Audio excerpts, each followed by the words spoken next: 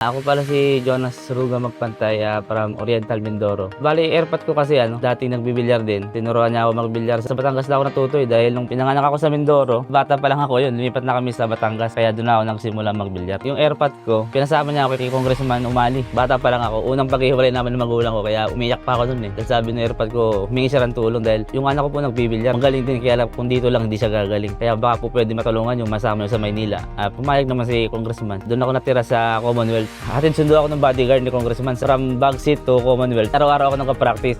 Andun si Alcanos, world champion yun, si Ronnie Alcano. Nakilala ko siya noon nanonood, doon natutulog sa Bagsi. Doon ngayon ako na nagtuloy-tuloy magbilyar sa Kalamba. Araw-araw kami practice ni Champ doon, ni Alcano, race 30. Kaya doon din ako gumaling kay Champ Ronnie Alcano talaga sa Kalamba. Hanggang sa umuwi ako ng Mindoro noon, birthday ko. Pagbalik ko dito sa Kalamba, wala na si Champ, nagpuntang Japan daw. Uwi ulit ako Mindoro, natigil ako magbilyar isang taon. Yung may-ari ng bahay na ito, may kaibigan siya taga Mindoro kasi nagkatrabaho sa media eh. Nakita niya ako nagbibilyar doon. Tinulungan niya ako. Dito ngayon ako pinatira sa kaibigan niya. 2008 din ako nakaalis dito, napamahal na ako dito sa lugar. Saka yung pinaglalaroan ko palang bilyaran, dyan lang, malapit lang, lakad lang. Ito ko na rin sa Cubao dahil napamahal na rin ako dito yan, dito na rin yung buhay ko eh. So ganito lang ginagawa ko araw-araw.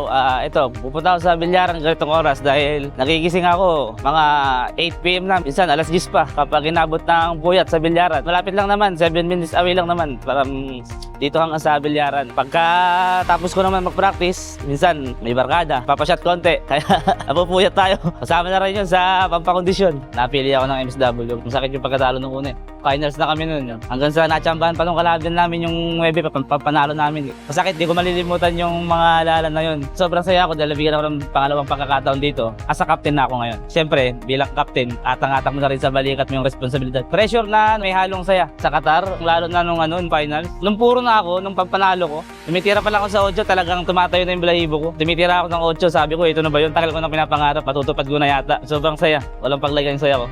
Sa airpot ko, sa father ko. Kasi bago siya mawala, ang gusto niya talagang mangyari, sabi niya, sana matupad mo yung pangarap ko sa'yo na may world champion ka, yun lang gusto ko. Kaya, eto, natupad ko na. Kaya nung pagkapanalo ko sa Qatar, parang kinausap ko sa sarili ko, sa isip ko. Sabi ko pa, nagawa ko na. Natupad ko na yung pangarap ko para sa akin. Gusto ko lang sana sabihin, katulad ko, ako di kasi ako nakapag-aral. Elementary lang tinapos ko dahil talaga na-addict na ako sa bilyar eh. Ako sa experience ko ang gusto ko sabihin sa mga bata, kung gusto nyong magbilyar, andyan lang yung bilyar eh. Pero sana wag nilang kailimutan yung pag-aaral nila. Experience ko sa ibang bansa, nahihirapan ako sa mga gagawin ko, sa mga interview ko, kasi di tayo nakapag-aaral. Kaya sana, unahin muna nilang pag-aaral. Ngayon, kung gusto nila talagang gumaling sa bilyar, pwede naman pagsabayin eh. Aral ka sa umaga, sa hapon, bilyar ka, ganun lang. Sa mga fans ko, kung meron maraming salamat sa inyo. Isa kayo sa dahilan kung bakit pinagpapatuloy ko yung paglalaro ko ng bilyar. Isa kayo sa mga inspirasyon ko. Isa kayo sa nagpapalakas ng loob ko. Kaya maraming salamat. Gagalingan ko pa ng gagalingan para sa inyo.